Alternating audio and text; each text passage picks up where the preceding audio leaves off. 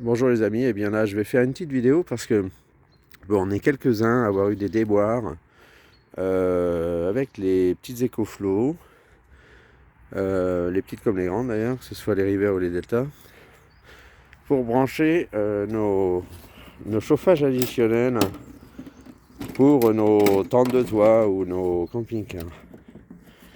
Alors, moi j'ai un Vevor, un 8 kW. Là j'ai posé un transfo dessus parce que... Alors ce qui se passait en fait c'est que en 12 volts, quand on branchait donc notre, notre cordon sur la prise 12 volts de la River ou de la Delta a priori, eh bien au bout d'un moment la batterie se mettait en sécurité après 5, 10, 15 minutes et donc le chauffage s'arrêtait. Donc certains d'entre vous ont choisi de passer par une autre solution, à savoir par exemple mettre une EcoFlow avec une batterie à côté, un chargeur de batterie, branché à l'EcoFlow, et il semblerait que pour certains ça fonctionne. Donc ça implique deux batteries.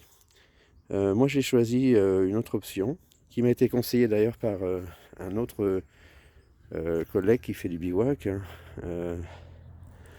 Donc une option qui a été de rajouter un transfo, un petit transfo 220 volts vers 12 volts, qui nous donne, qui est censé donner 240 watts. Et donc d'aller me brancher ensuite sur l'EcoFlow, mais sur l'EcoFlow en 220 volts. Et donc à ce moment-là, je vais refaire un essai. Parce qu'a priori sur 12 volts, ça ne fonctionne pas, ça coince, ça saute en overload. Là en 220 volts, il semblerait que ça fonctionne très bien. Alors j'avais fait le test avec la Delta 2 que j'ai, pas la Delta 2 là, pardon, la River 2 Max. Et puis là je vais m'amuser à le faire avec la River 2, parce que j'ai les deux batteries.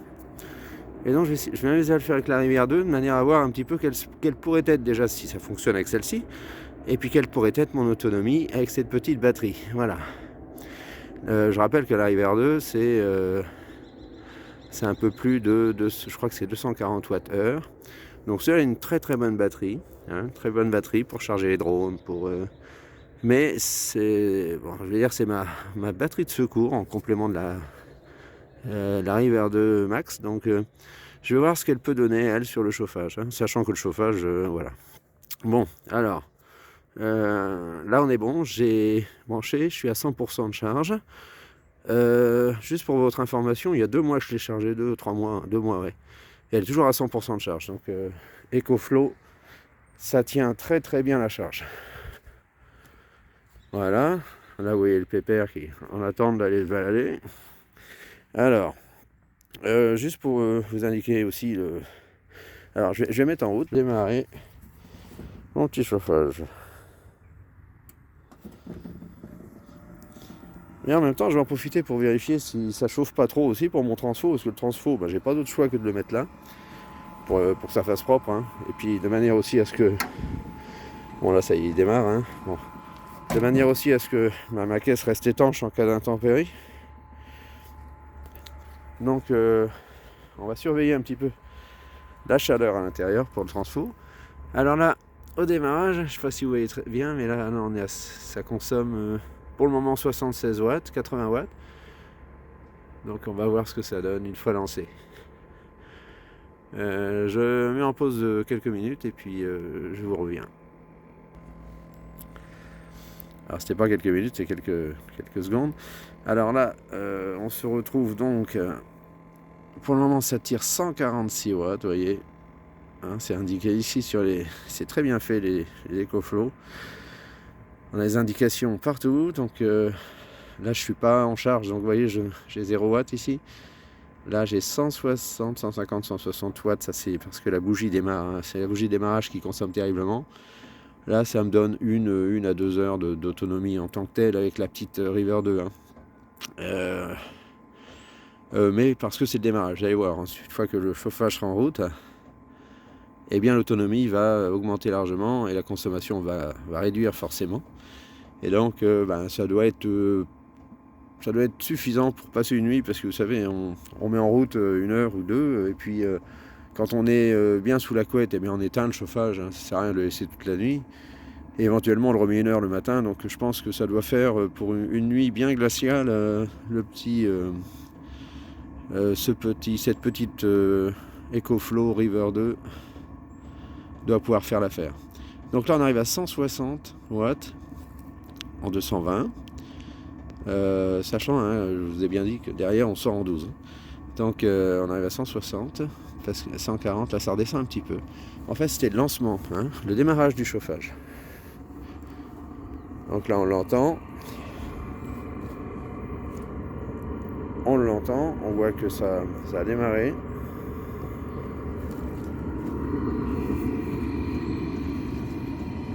Là, je commence à avoir de l'air chaud, pardon, l'air chaud. Voilà, ici c'est l'entrée d'air, hein, pour le chauffage. Et le refroidissement de la caisse, l'entrée d'air du chauffage. Le filtre à air de la chambre de combustion. Le petit pot d'échappement tout mignon, hein, de la chambre de combustion. Et bien sûr la sortie d'air chaud. Alors là on a fini tout ce qui était préchauffage a priori. Et voilà, donc vous voyez, regardez. Il a pris son régime de croisière. Donc il est descendu à 57 watts de consommation, ce qui est tout à fait raisonnable.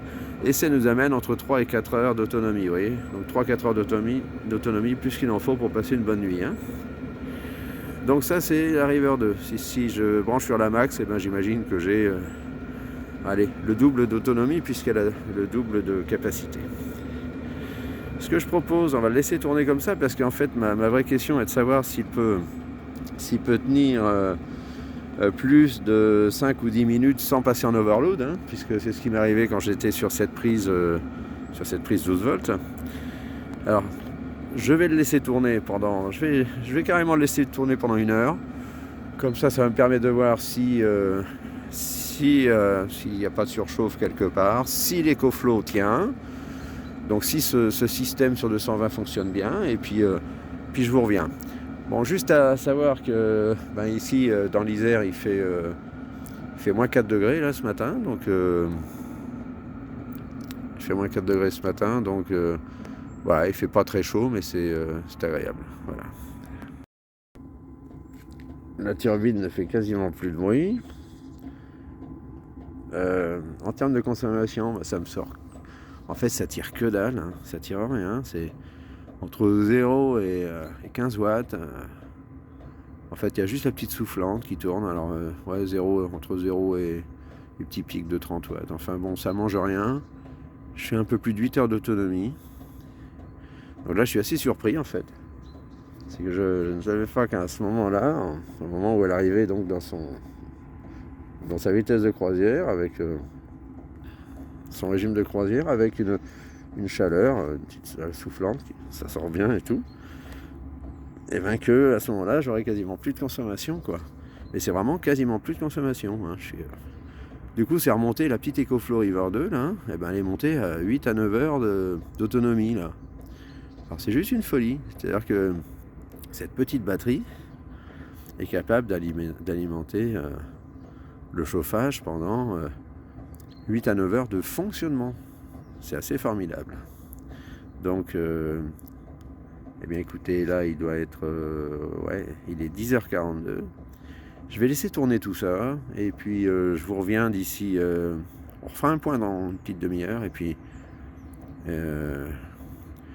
dans une demi-heure, 1 heure, quoi. Hein, voilà. Et puis comme ça, on verra si tout se passe bien. Allez, à plus tard, et puis bon courage à tout le monde. Bonne journée.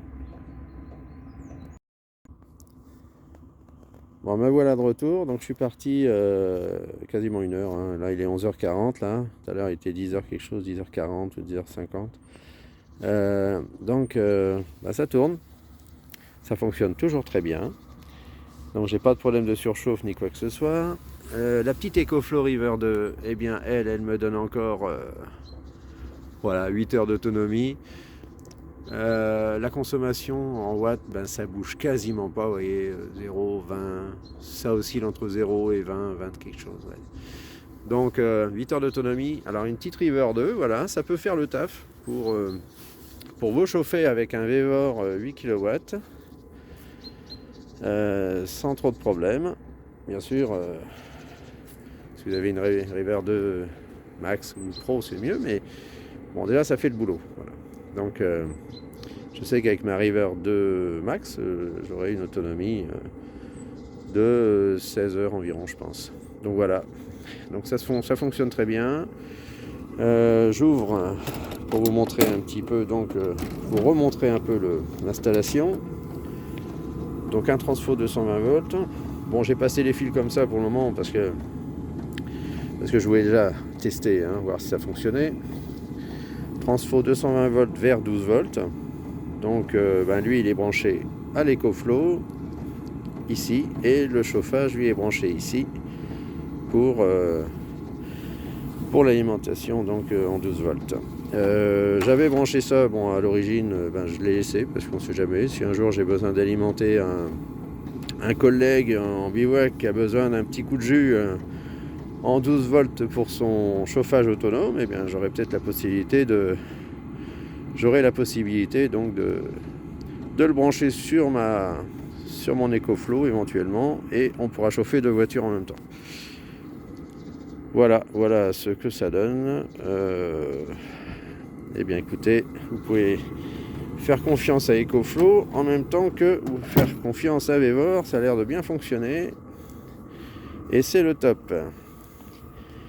Eh bien je vous souhaite un excellent week-end à tout le monde, et puis j'espère avoir répondu à quelques questions concernant ces petits soucis de branchement sur EcoFlow avec les chauffages autonomes. Donc plus besoin de passer par la prise 12 volts et d'avoir des soucis, autant passer directement par le plug 220 et vous serez tranquille. Voilà, j'ai encore entre 8 et 9 heures d'autonomie après 1 heure de fonctionnement, donc tout va très bien. Bonne journée, bon week-end tout le monde. Bye bye.